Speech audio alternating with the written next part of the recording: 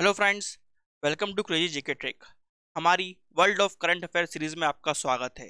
Friends, आज हम एक बहुत ही इंपॉर्टेंट न्यूज़ कवर करने वाले हैं, जहां पर सैम बैंकमैन-फ्राइड जो एफटीएस एक्सचेंज है, क्रिप्टो करेंसी का जो एक्सचेंज है, उसके सीईओ थे और उनकी जो नेट वर्थ थी $16 बिलियन। आज से 7 दिन पहले उनकी नेट वर्थ $16 बिलियन थी, जो 7 दिन के अंदर $0 पर पहुंच गई है।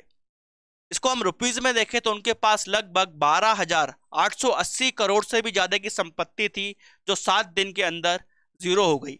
तो फ्रेंड्स, आखिरकार एफटीएस एक्सचेंज जो है उसके साथ ऐसा क्या हुआ, ऐसा कौन सा क्रैश आया है, क्या इशू था यहाँ पर, उसको हम समझेंगे। आखिरकार ये वैल्यू जीरो कैसे हुई। इसी के साथ यहाँ पर फ्रेंड्स, बहुत सारे लोगों ने अपना पैसा गंवाया है। इस एक्सचेंज की वजह से बहुत सारे लोगों को घाटा हुआ है। क्रिप्टो करेंसी में एक बार हमको फिर से बहुत बड़ा डाउनफॉल, क्रैश देखने को मिला है क्रिप्टो करेंसी के मार्केट में। उसको भी हम डिस्कस करेंगे। यहाँ पर क्रिप्टो करेंसी क्या होती है, उसके एडवांटेज क्या है, डिसएडवांटेज क्या है, कौन सी टेक्नोलॉजी वो यूज़ करती है, क्या हमको इन्वेस्टमेंट करना चाहिए क्रिप्टो करेंसी में, इन सब बातों के बारे में भी हम बात करेंगे। आइए फ्रेंड्स, चालू करते हैं आज का सेशन। यहाँ सबसे पहले हम बात कर रहे हैं बैंकमैन-फ्राइड। सैम बैंकमैन-फ्राइड इनका नाम है। इनकी उम्र सिर्फ 30 साल है। साल की स्टार्टिंग में 1 महीने पहले लगभग इनकी जो संपत्ति थी वो $26 बिलियन, $26 बिलियन इनकी संपत्ति थी। और 7 दिन पहले लगभग $16 बिलियन, जो गिरकर डायरेक्ट जीरो हो गई है, जो गिरकर डायरेक्ट जीरो हो गई है। इससे पहले ये वॉल स्ट्रीट जो है अमेरिका में एक्सचेंज है, वहां पर ब्रोकर की तरह काम करते थे, वहां पर ब्रोकर की तरह काम करते थे। उसके बाद ये क्रिप्टो करेंसी के मार्केट में आए हैं। तो आइए समझते हैं कि ऐसा क्यों हुआ।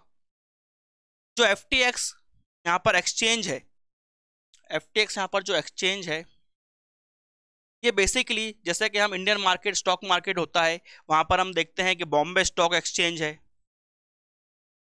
नेशनल स्टॉक एक्सचेंज है, और भी बहुत सारे एक्सचेंज होते हैं। ये 2 फेमस एक्सचेंज हैं इंडिया के। इन पर हम ट्रेडिंग करते हैं, स्टॉक्स को बेचते खरीदते हैं।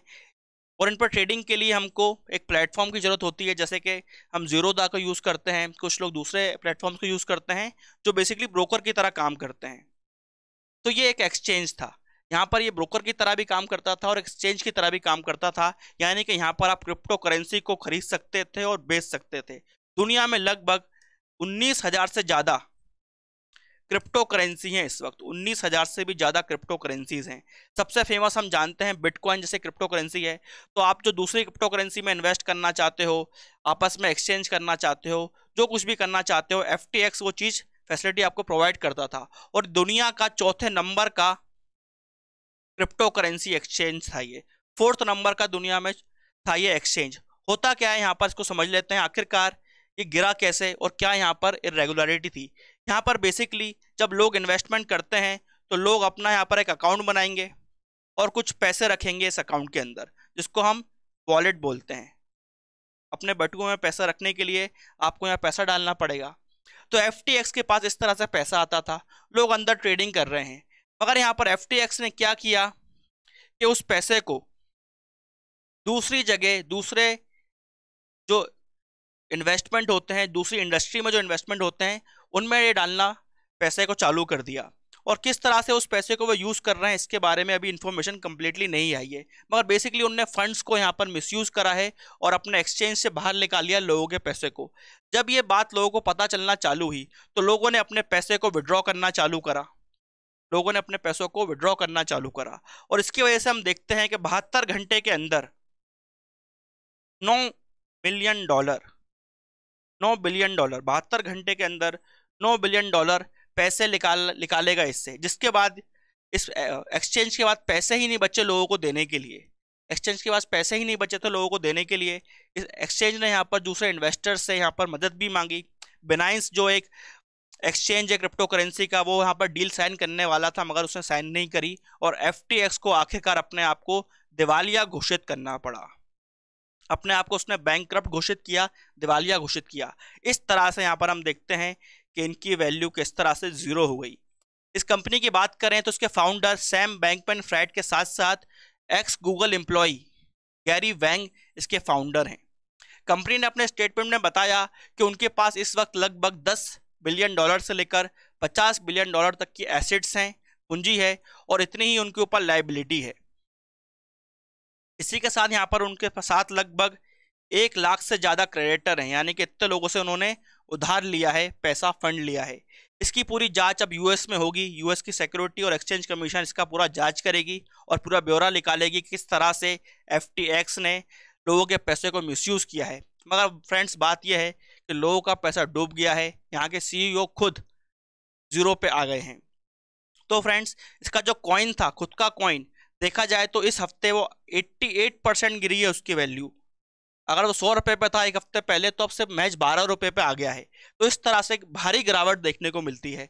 दूसरे कॉइन्स की बात करें तो यहाँ पर बिटकॉइन की बात करें तो बिटकॉइन जो 1 साल पहले लगभग 50 लाख पे था इंडियन रुपीज़ के हिसाब से, आज उसकी वैल्यू लगभग 13 से 16 लाख बची है। बिटकॉइन भी लगभग 2/3 गिरा है साल भर में, और इस पीरियड में जब कल की ये बात है तो कल भी उसने 15 से 20% की गिरावट देखी गई।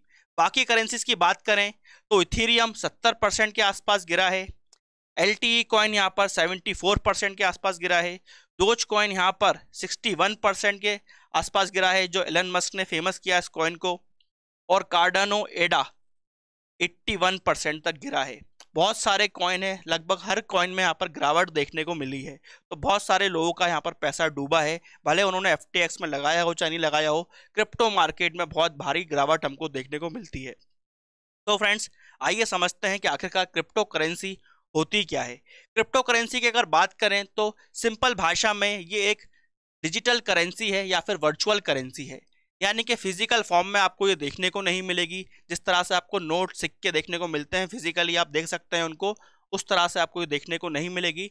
एक डिजिटल और वर्चुअल करेंसी है ये एक नेटवर्क पर काम करती है जो अधिकतर डिसेंट्रलाइज्ड होता है, यानी कि कोई एक रेगुलेटिंग बॉडी नहीं है इसके पास। ये पेयर रिव्यू पर चलती है, यानी कि जो लोग इसके मालिक हैं क्रिप्टो कॉइन के, वो लोग ही यहाँ पर चला रहे हैं, संचालन कर रहे हैं इसको।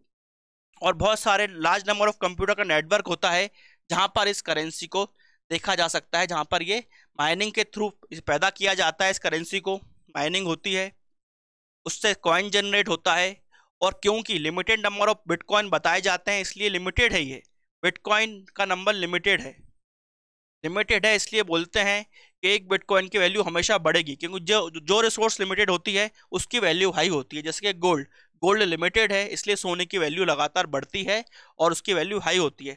इसी बेसिस पर बिटकॉइन को भी माना जाता है कि लिमिटेड है इसलिए उसकी वैल्यू हाई होगी। ये अजम्पशन लगाए गए हैं, मगर देखने को मिल रहा है कि बहुत ज़्यादा वॉलेटाइल है, हर कभी इसकी वैल्यू गिरती रहती है। 60 लाख तक पहुंच गया था, अब वो 12-13 लाख पर आ गया है। तो उसकी वैल्यू में कुछ देखा जाए तो जो एक स्थिरता होनी चाहिए, स्टेबिलिटी, वो हमको देखने को नहीं मिल रही है। ये जो टेक्नोलॉजी यहाँ पर यूज़ करते हैं उसको हम बोलते हैं ब्लॉकचेन। खासकर बिटकॉइन ब्लॉकचेन को ही यूज़ करता है। ये जो ब्लॉकचेन टेक्नोलॉजी है, क्रिप्टोस के अलावा और भी सॉफ्टवेयर कंपनीज डाटा मैनेजमेंट के लिए, फाइनेंशियल कंपनीज अपने ट्रांजैक्शन को मैनेज करने के लिए इसको यूज़ करती हैं। इस ब्लॉक के अंदर फ़ायदा ये होता है कि एक लेजर, जो एक अकाउंटिंग टर्म है, किसको कितना पैसा जाना है और किसका जो ब्यौरा होता है उस लेजर के अंदर होता है। ये डिस्ट्रीब्यूशन यहाँ पर जो भी होता है वो ब्लॉक्स के थ्रू होता है, इसलिए उसको आप पीछे जाकर ट्रैक भी कर सकते हो। उस ट्रांजैक्शन को, जो भी ट्रांजैक्शन हुआ है उसको आप पीछे जाकर ट्रैक कर सकते हो। यहाँ पर जब तक ये ट्रांजैक्शन कंफर्म नहीं करा जाएगा, जो उसके अंदर पेयर लोग हैं, जो लोग इन्वॉल्व हैं, वो जब तक कंफर्म नहीं करते, ये ट्रांजैक्शन या ब्लॉक आगे नहीं बढ़ता है। तो इस तरह से प्रूफ सिक्योर तरीके से आगे बढ़ता है। तो सिक्योर सिस्टम तो है ब्लॉकचेन, यहाँ पर इसको यूज़ भी बहुत अच्छे हैं, मगर फिलहाल इसका क्रिप्टो करेंसी में क्या महत्व है वो समझने वाली बात है। तो फ्रेंड्स, आइए बात करते हैं कि एडवांटेज क्या है क्रिप्टो करेंसी के, लोग इसमें क्यों इन्वेस्ट कर रहे हैं और क्यों इसके अंदर पैसा डाला गया था। सबसे पहली बात यहाँ पर यह है कि ये एक सस्ता और तेज तरीका है मनी ट्रांसफ़र का। सस्ता क्यों बोल रहे हैं? क्योंकि अगर पूरे वर्ल्ड की बात करें अगर हम, तो 3% पैसा, दुनिया का 3% पैसा सिर्फ मनी ट्रांसफ़र की जो कमीशन होती हैं, बैंकों की फीस होती है, उसमें ही चला जाता है। 3% से आपको समझ में नहीं आएगा 3% पैसे की वैल्यू क्या है। अगर इसको वैल्यू के टर्म्स में समझें तो 100 ट्रिलियन डॉलर की है ये वैल्यू। 100 ट्रिलियन डॉलर जो है हर साल सिर्फ मनी एक्सचेंज में इतना पैसा लगता है, इतना कमीशन और इतना चार्ज है, बैंक चार्ज। तो उसको तोड़ने के लिए, उससे बचने के लिए ही यहाँ पर क्रिप्टो करेंसी को लाया गया था, क्योंकि इसमें चार्ज एकदम नॉमिनल चार्ज है, ना के बराबर चार्ज है, और एक बार में ट्रांजेक्शन हो जाता है, फास्ट तरीका है। डिसेंट्रलाइज्ड है, कोई रेगुलेटिंग बॉडी नहीं है, ना किसी कंट्री का हक है, ना किसी बैंक का हक है इसके ऊपर। डिसेंट्रलाइज्ड है ये। सिक्योर भी है, जैसे ब्लॉकचेन को यूज कर रहे हैं तो ऑनलाइन पेमेंट यहाँ पर सिक्योर है, कोई थर्ड पार्टी की जरूरत नहीं है। तो ये कुछ एडवांटेज हैं, तभी लोग इसमें इन्वेस्ट करते हैं और यहाँ पर ट्रांजैक्शन करते हैं बिजनेस। उसके बाद हम देखते हैं कि एडवांटेज तो हैं मगर कुछ डिसएडवांटेज भी हैं, उनको भी हम समझ लेते हैं। सबसे बड़ा डिसएडवांटेज जो हमको देखने को मिल ही रहा है वो है प्राइस वॉलेटिलिटी। यहाँ पर जो भी कीमत है उसकी, किसी भी कॉइन की, वो बिल्कुल भी स्टेबल नहीं है। आज वो 100 रुपए का है, कल वो 10 रुपए का हो जाएगा, इसके बाद में कोई भी आश्चर्य की बात नहीं है, ऐसा हो जाता है और ऐसा हुआ है। तो प्राइस यहाँ पर स्टेबल नहीं है, सबसे बड़ा दिक्कत यह है। दूसरी दिक्कत यह है कि एनर्जी, जो यहाँ पर एनर्जी कंजम्पशन है, माइनिंग होती है इनकी कंप्यूटर्स पर, बहुत बड़े बड़े सॉफ्टवेयर और हार्डवेयर लगते हैं, तो बहुत ज़्यादा इलेक्ट्रिसिटी को कंज्यूम करते हैं, जो एनवायरनमेंट के लिए भी काफ़ी हार्मफुल होती है। इतनी एनर्जी ये कंज्यूम करते हैं, तो हाई एनर्जी कंज्यूम करते हैं, ये एक बहुत बड़ा ड्रॉबैक है। और सबसे बड़ा ड्रॉबैक ये है कि इसको क्रिमिनल एक्टिविटीज़ में भी यूज़ किया जा सकता है। कैसे? क्योंकि यहाँ पर जैसा कि मैंने बताया ब्लॉकचेन का यूज़ किया जा रहा है, सिक्योर नेटवर्क है, मगर कौन किसको पैसा दे रहा है उसको आप ट्रैक कर सकते हो, मगर उसका नाम आप पता नहीं कर सकते, आइडेंटिटी पता नहीं कर सकते। तो यहाँ पर एजेंसीज का और कंट्रीज का कहना है कि मनी लॉन्ड्रिंग में इसको यूज़ किया जाता है, टेरर फंडिंग में इसको यूज़ किया जाता है, और जितने भी इलरेगुलर ट्रांजेक्शन होते हैं, स्मगलिंग के, ड्रग ट्रैफिकिंग के, उसमें ये पैसा यूज़ किया जा रहा है।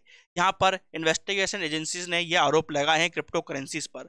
दूसरा, यहाँ पर जो स्टेबल इंडस्ट्रीज हैं, जैसे कि फाइनेंस की जो इंडस्ट्री है, कायदे कानून लॉ एंड ऑर्डर की जो इंडस्ट्री है, उसको कहीं ना कहीं ये उसका कंपटीशन के रूप में आई थी और उसको डिस्टर्ब, यानी कि उसको ये जो मोनोपोली है फाइनेंशियल कंपनी से, उसको खत्म करना चाहती है। तो जो हमारा स्टेबल फाइनेंशियल सिस्टम है उसके लिए एक बहुत बड़ा खतरा भी है क्रिप्टो करेंसी, ऐसा भी बोला जाता है एक्सपर्ट्स द्वारा। तो फ्रेंड्स, ये हमने देखे एडवांटेज और डिसएडवांटेज। यहाँ पर जब ये पूरा FTX का ये पूरा जब सिनेरियो सामने आया, तो तब यूएसए का सेनेटर जो हैं, उन्होंने एक बहुत अच्छी बात कही। उनका यह कहना है कि जो क्रिप्टो इंडस्ट्री है, जो क्रिप्टो मार्केट है, वो स्मोक और मिरर, यानी कि धुएं की तरह है, धुएं की तरह है और एक कांच की तरह है, जिसकी रियलिटी आप पता नहीं कर सकते, जिसका आप एक्सटेंड पता नहीं कर सकते। इसलिए ज़रूरत है कि हमको यहाँ पर स्ट्रॉन्ग लॉज बनाए जाएं, रूल्स एंड रेगुलेशन होने चाहिए। अभी तक क्रिप्टो मार्केट रेगुलेटेड नहीं है, शायद इसलिए इतने बड़े स्कैम्स यहाँ पर हो रहे हैं, और कौन किसका पैसा कहाँ ले जा रहा है ये पता करना बिल्कुल भी आसान नहीं है। एनफोर्समेंट यहाँ पर जो है बिल्कुल नहीं हो पा रहा है, एजेंसीज के पास इस वक्त पावर नहीं है कि किस तरह से क्रिप्टो करेंसी के स्कैम्स को पकड़ा जाए। इसकी वजह से क्या हो रहा है, जो आम लोग हैं, आम लोग जिनको नॉलेज कम है, जो यहाँ पर कई बार क्रिप्टो करेंसी में सोच करके वो पैसा जल्दी से कमा लेंगे, इस लालच में आ जाते हैं, उनको यहाँ पर प्रोटेक्ट नहीं कर पा रही है कोई भी गवर्नमेंट, ये यूएस के सेनेटर ने बोला। तो फ्रेंड्स, बात ये आती है कि क्रिप्टो करेंसी में इन्वेस्टमेंट किस तरह से, तो देखा जाए तो क्रिप्टो करेंसी में इन्वेस्टमेंट देखा जाए तो पैसा आग में डालने की तरह इस वक्त देखने को मिलता है। बहुत सारे लोगों ने यहाँ पर अपना पैसा गंवाया है क्रिप्टो करेंसी में। अगर आपको नॉलेज नहीं है, इसके बारे में आप नहीं जानते हैं, तो बिल्कुल भी इन्वेस्टमेंट करने की ज़रूरत नहीं है, कोई आपको यहाँ पर एडवाइस नहीं करेगा। इंडिया की RBI ने खुद अपना एक डिजिटल करेंसी निकालने की बात कही थी, उसको लॉन्च भी कर दिया गया है। फिलहाल वो होलसेल मार्केट में है, आने वाले समय में वो रिटेल मार्केट में भी आएगी, उस पर भी हम एक डिटेल वीडियो बनाएंगे।